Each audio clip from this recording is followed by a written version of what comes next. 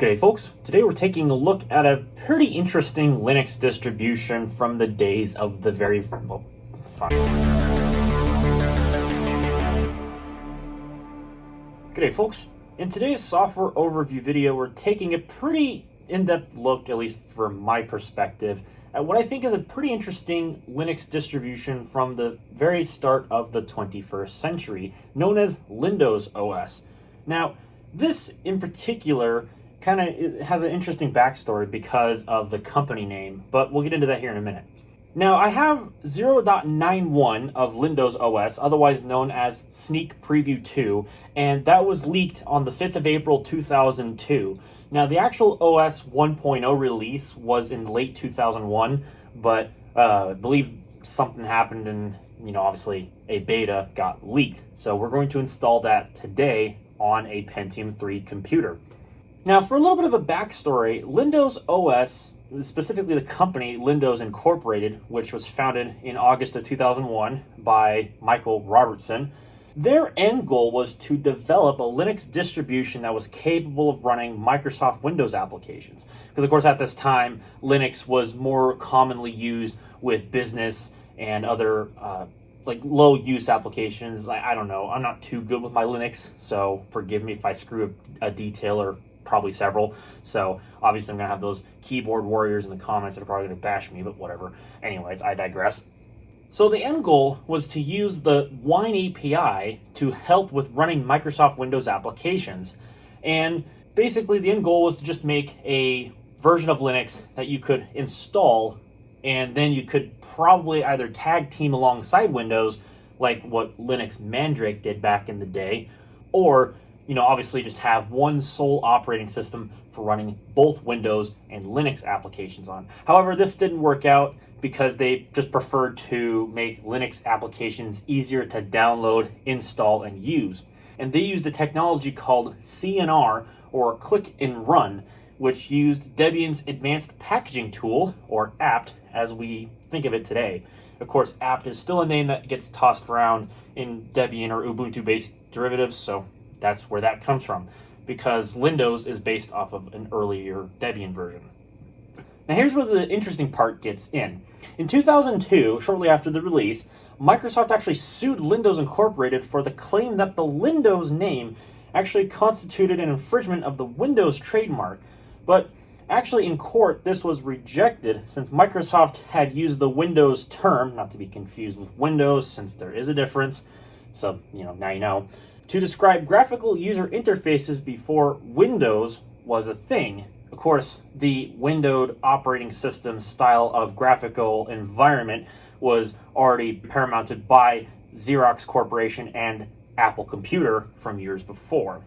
But Microsoft actually retrialed against the Lindows Corporation, or Lindows Incorporated rather, in February 2004, and eventually they settled on their case. And part of this settlement, Microsoft actually paid $20 million to buy the Lindows name and its trademark. And of course, that meant Lindows Incorporated had to change their name. So they actually changed it to Linspire Incorporated. And this is reflected in the 4.5.x releases of the LindowsOS, where it actually got a name change to Linspire, which reflected, of course, the company name change from Lindows to Linspire. So that's a little bit of a backstory as to the whole Microsoft controversy thing. Obviously, Linux these days, you can obviously still run Windows programs in that Wine API box sort of thing. And it's way better now than it was back in 2001 and 2002 for that matter. But still, it's very interesting to take a look back at some of the history that came behind LindowsOS. Now, that's all the information that I've been able to track down thus far regarding LindowsOS.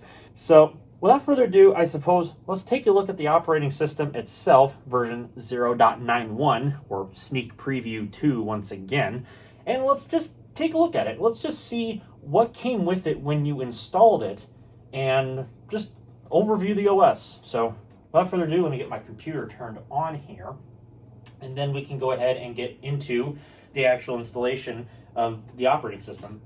Now, of course, it has to boot off of CD, because that's just what it was. I don't know if there was actually any options for boot floppies or anything, but Obviously, back in the day, I'm sure that wouldn't have been uncommon. Oh yes, my invalid configuration information. I think for now I'm just going to ignore this because I don't really think it's going to matter too much. So as you saw there briefly, it uses the Lilo bootloader, and that effect you saw when the splash screen came up, that sort of like transition effect with all the pixels popping in, that's actually consistent with the boot screen once this installs, and there'll be a fade out effect once this goes away. As you can also see on the boot screen here, you can see that it has text on it telling you what it's doing. So, it's already done loading the kernel, and now it's preparing the CD-ROM drive, which loads the operating system setup.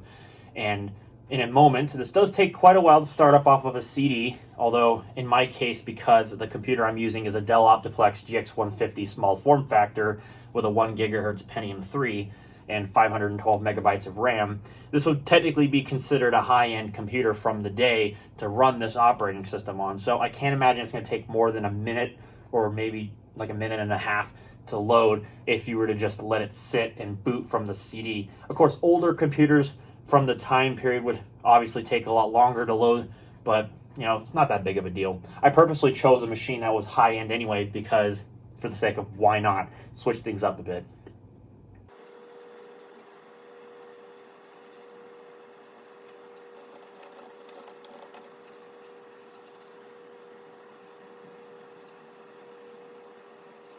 So as you can see, the X server is starting up and it should load the setup. I'm going to sit down here right beside the camera so I can control the operating system here. So here we are at the end user license agreement, and as you can see, LindowsOS and Lindows.com are not endorsed or affiliated with Microsoft Corporation in any way, although this didn't prevent Microsoft Corporation from suing the Windows Incorporation. And yeah, this is just basically a standard end-user license agreement. Now, Windows actually is a paid Linux distribution, and I think it's just based on its support. So you obviously have a family license, you have a business license, you have, I think there's an enterprise license in there as well somewhere, if I'm not mistaken. So you do actually have to pay. Back in the day, you had to pay for this, of course. That's Linux back in the day as well, before the days of Ubuntu, where it was actually free. And I think Debian was at that time too, come to think of it. But of course, Ubuntu paradigmed on the whole free Linux thing, which we now think of today mainly. But Windows was more enterprisey, proprietary-y, and you had to, obviously pay for it. And that's actually still the case today with modern Windows. I actually looked this up. And Windows, well, actually nowadays, Linspire, obviously got to keep in touch with the name.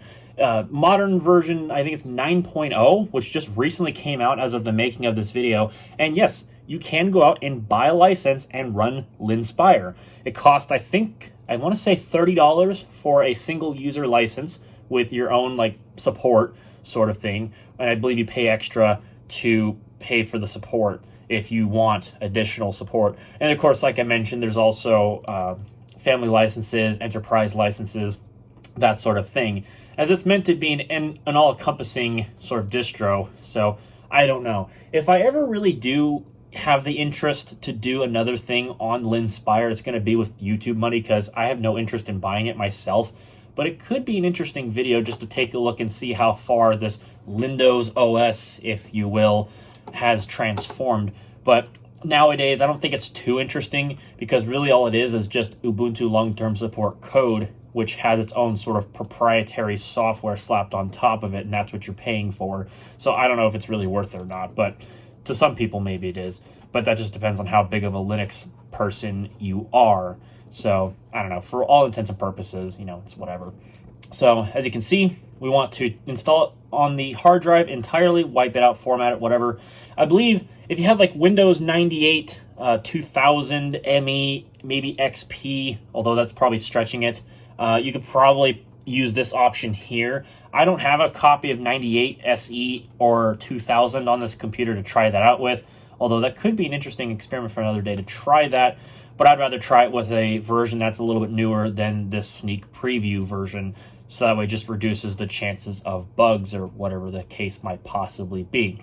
So here we have the, of course, personalization screen for passwords and the computer name. For computer name, we're just going to call it GX150 because that's the computer we're using. And as for a password, well, obviously I'll pick my own password because y'all don't need to know. Although, obviously, I'm not keeping this operating system on here, but it is what it is. So now we can go ahead and start the setup and let it go on its way. And as you can see on the right-hand side, we have a little ticker tape that tells you a little bit more about the operating system, like in this case, adding, removing, and updating programs, and how it talks about how it's easy to do. It's just as simple as clicking your mouse, which that's probably true. I wouldn't go out of my way to guarantee that because, of course, this is an OS from late 2001. Once LindowsOS has been installed, the LindowsOS Control Center lets you easily reconfigure your system at any time. I want to say that this OS derives its desktop environment off of KDE 2.2. I want to say that's what this uses. I know later versions used a slightly different version of KDE, and of course this was before the days of Kubuntu when they used KDE 3. So KDE 2.2.x, I think, whatever version this uses, was the newest version at that time. And what's also nice is that they let you look at Windows drives, other things, which is a nice little feature. I think other Linux distros at the time had it, like Red Hat OS, I want to say, had it at the time too. Of course, again, this is another thing you're paying for, is the support.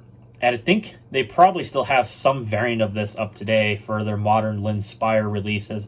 And also, that's a Dell Dimension XPS style case down there. Of course, I have my Dimension XPS T500. I had to bring that out today to get the wallpapers off so I could actually, make the thumbnail. So there's a little bit of a little history thing there for, the creation of this video. So, yeah, with that having been said, I will go ahead and cut to when this OS has finished installing, and we'll go from there. All right, so as you can see, the installation is finished, and we have a little dialog box asking us to reboot, so we will do that now.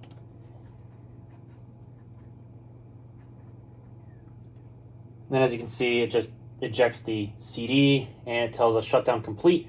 Please remove CD if installed from CD. Press any key to reboot.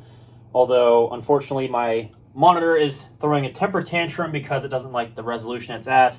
This must be some weird resolution that would work fine with a CRT, but not an LCD, or at least not this LCD in particular, because the monitor, like I said, is throwing an absolute temper tantrum as it's out of range. I don't know why, but this monitor just throws fits with weird resolutions. So, anyways, we'll go ahead and put it out of its misery and press any key to restart here. Make sure that you press the any key, because that's very important. And we'll let it restart here and start up.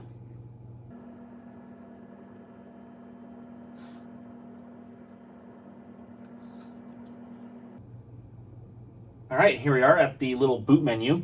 So we have options for normal mode, safe mode, and then an expert mode, if you will. I'm not too big on Linux and its configuration, so we're just going to go ahead and stick to the normal mode for now. It'll be fine enough for demonstration purposes.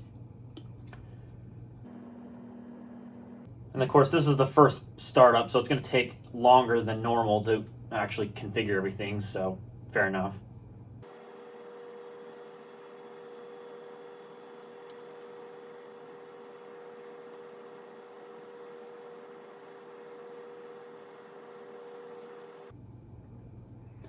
Now we have the login screen, and as you can see, it's extremely basic. As you can see, it's just a password prompt, only one user account. I don't know which one it would be. I would assume root, but yeah, this is basically all there is to say about the login screen. It's just a great big OS logo, and yeah, that's really all there is. Oh, and a shutdown link, but obviously that's kind of important. If you can't log into the system, at least you can shut down the computer. So let's go ahead and log into this. Whoops, actually, I think I typed my password wrong. Whoops. Try that again. There's a login sound that plays. It's really quiet, so I'm not going to bother playing it now. I might play it later on. I think it's just the standard KDE 2.2 or whatever login sound, so it's really nothing too special. But I think if I reach over here, I could probably turn up the volume, and then you guys can hear it. And there you can see it's now initializing KDE.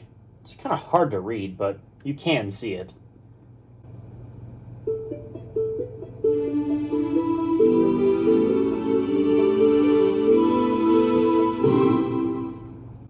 and there is your login sound for KDE, or in this case, LindowsOS.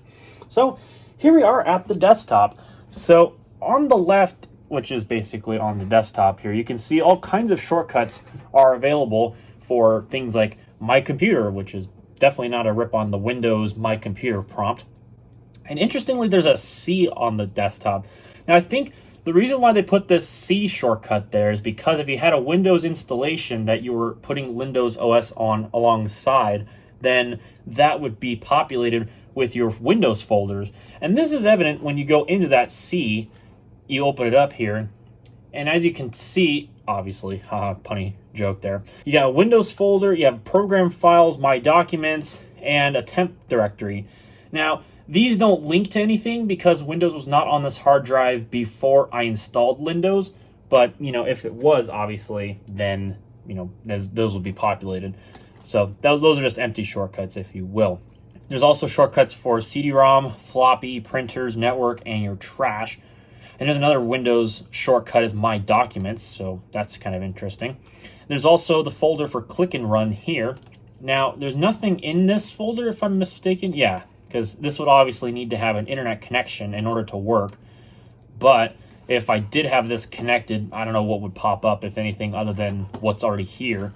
And I bet you the repositories are long since been gone, so I'm not going to bother with it. And there's a folder with new stuff in it, but in prior testing, this doesn't do anything. I'm not sure if this is just a quirk with this release or what. There's a shortcut for Windows users, but that one requires internet, and I'm sure the website's long since been taken down, of course, because of the company name change, so that's pretty obvious. There is the support with an icon of a life vest, and Get America Online 7.0, which I'm not sure if this was a native Linux program or if this was just something that used the Wine API. I'm not going to open it because there's no point, but hey, the option is there. And this wallpaper that you're looking at is known as Downtown, and it looks pretty nice, I would say. This is actually a resolution of 1280 by 960. Now, it's currently in 1024 by 768, if I'm not mistaken. And you can check this by going under Look and Feel and going to Display Settings. And as you can see, there you have the resolution and the different monitor types here. Now, I was also thinking with this earlier, and I tried this true color thing for 32-bit color. That didn't work.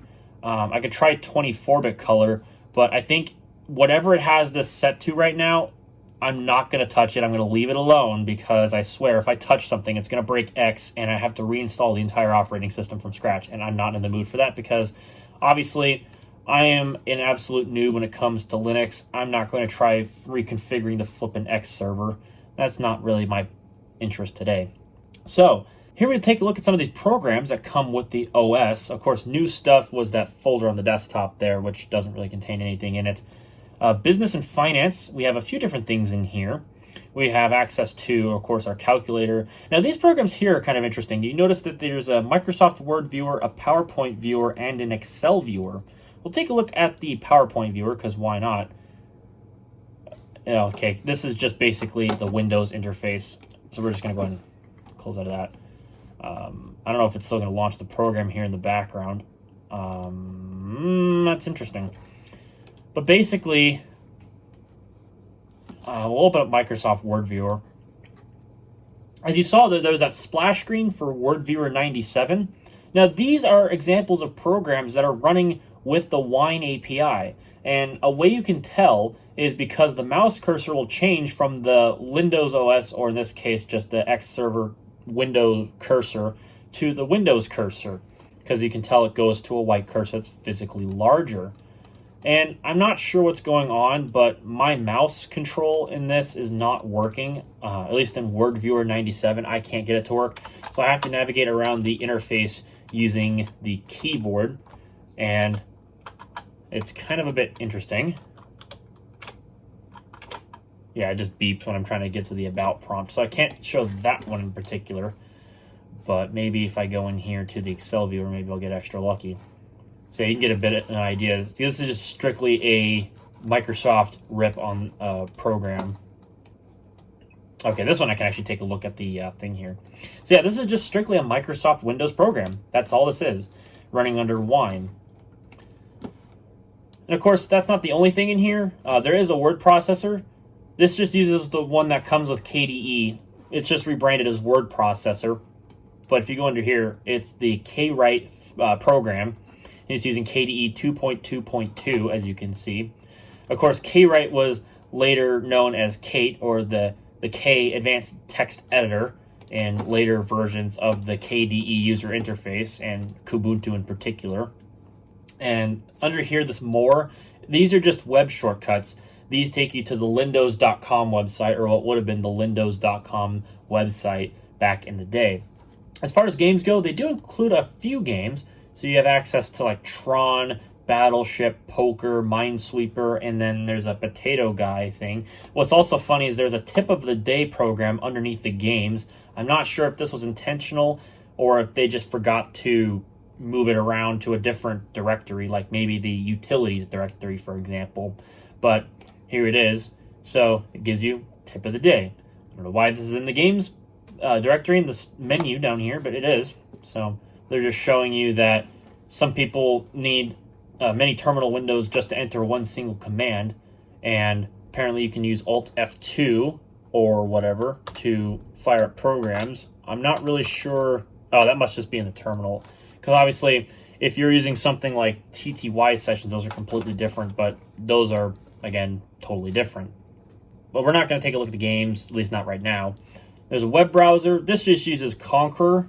The icon isn't reflective of that, and of course it's just called a web browser. It's not actually called Conqueror, but in the about prompt it shows itself as Conqueror. And then this just uses Kmail, and I think this is Contact or something of that nature. Oh, at this time maybe it was just called KDE Address Book. I know later on they changed this to another name. I forget exactly what it's called in more modern versions of KDE. So, take it for what you will. Under multimedia, you get access to a volume control, which I'm actually going to use that to turn up the volume because that's kind of important. But we're also going to see about some of the programs in here. So there's a CD player, an image viewer, and an MP3 player. You can take a look at the MP3 player real quick, because why not? As you can see, it's kind of themed like one of those older MP3 programs like Winamp. So that's what this looks like, and it gives you the bitrate and the frequency, like the kilohertz frequency. So if it's like 44.1, 48 kilohertz, that sort of thing. And then, of course, the bitrate. I can imagine, of course, more powerful computers being able to take advantage of that. Although in 2001, 2002, I think most PCs at that time, if it wasn't like extremely old, could probably at least have the basic ability to play MP3s. And of course, there's a CD player, which interestingly has theming of a standalone CD player, and not that there's anything really wrong with that. It's just that's just how it looks. And then we have another category here for utilities. We have process manager, archiver, performance monitor, that sort of stuff, and of course a console. So here is your terminal emulator. And in case anybody's curious about which version of the kernel this uses the Linux kernel 2.4.18. So that's what this OS bases itself upon. And then we'll take a look at some of these settings, not all of them. But as you can see, there's things for the web, there's some sound settings, there's regional settings, or date and time settings too. There's peripheral devices, network, and some of the most interesting ones are the look and feel. So if we go in here to the theme manager, you can see some of the themes that this OS comes with, or at least KDE comes with. And as you can see, that one looks okay. That one also looks pretty good, I would say. Then you got wood.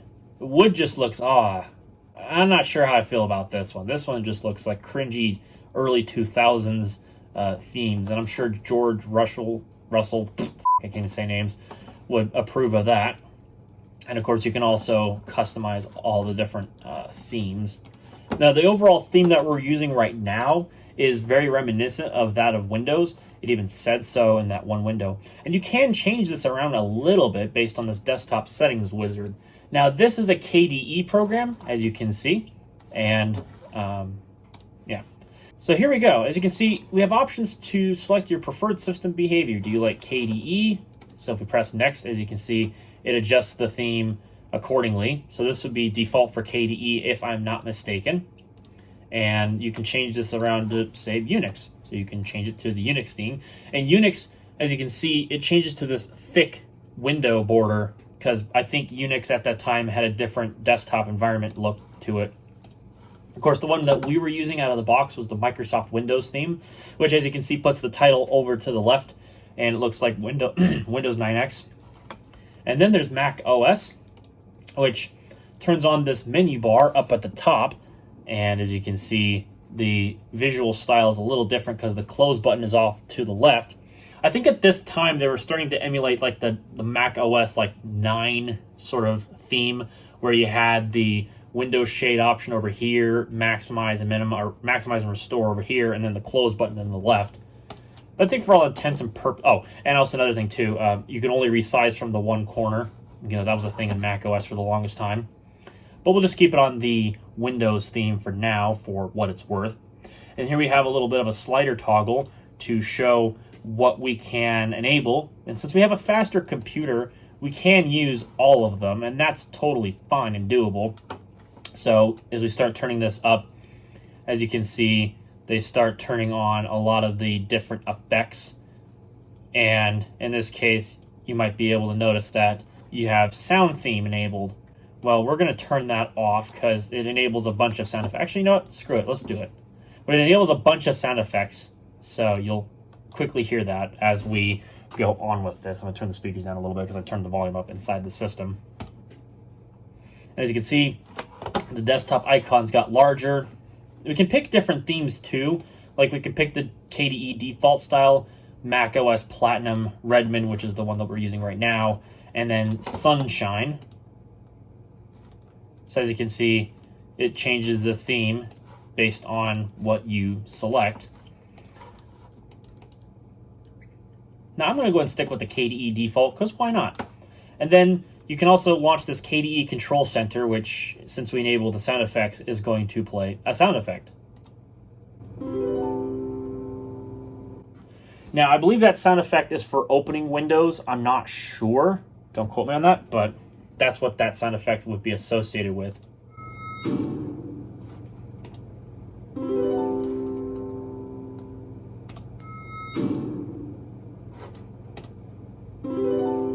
So this is just basically the KDE Control Center, if you will, and you get all the different options that you would have gotten down here in this Windows menu underneath the settings inside of here. Basically everything is accessible underneath here as well. And yeah, obviously there's no quick help available for the active control module. That's the most annoying sound effect, is the one where you close Windows. But not that one, but you know. And another thing too, down here in the menu, now that I've turned that on, you can see the icons get larger as you hover your mouse over them, so you can easily see what you're browsing. And that's a pretty cool feature, I would say. There's a Show Desktop button over here, which, as you can see, has the OS logo on it. And of course, this is the launch menu, as they called it. And now we have fade effects, just like Windows 2000, for what it's worth. So, as far as this operating system is concerned, that's about really all I can show. I don't have any programs for which are error appropriate for Linux, for what it's worth, that we could demonstrate on this. And I obviously don't have an internet connection connected to this machine, so there's not really anything that I could do to make this work. So I think with that having been said, that'll wrap up this video for LindowsOS Sneak Preview 2. If you like what you saw, well then obviously click the thumbs up button. If you didn't like the video so much for whatever reason, then the other button works too, dislike the video. If you want to see more content just like this, or perhaps more entertaining content, there'll be a red button down below that says subscribe. I'd recommend that you click on that, and don't forget the bell, of course, that pops up when you click the subscribe button, so you don't forget when I upload new videos. And with that having been said, thank you all very much for watching. I'll catch you all in the next video.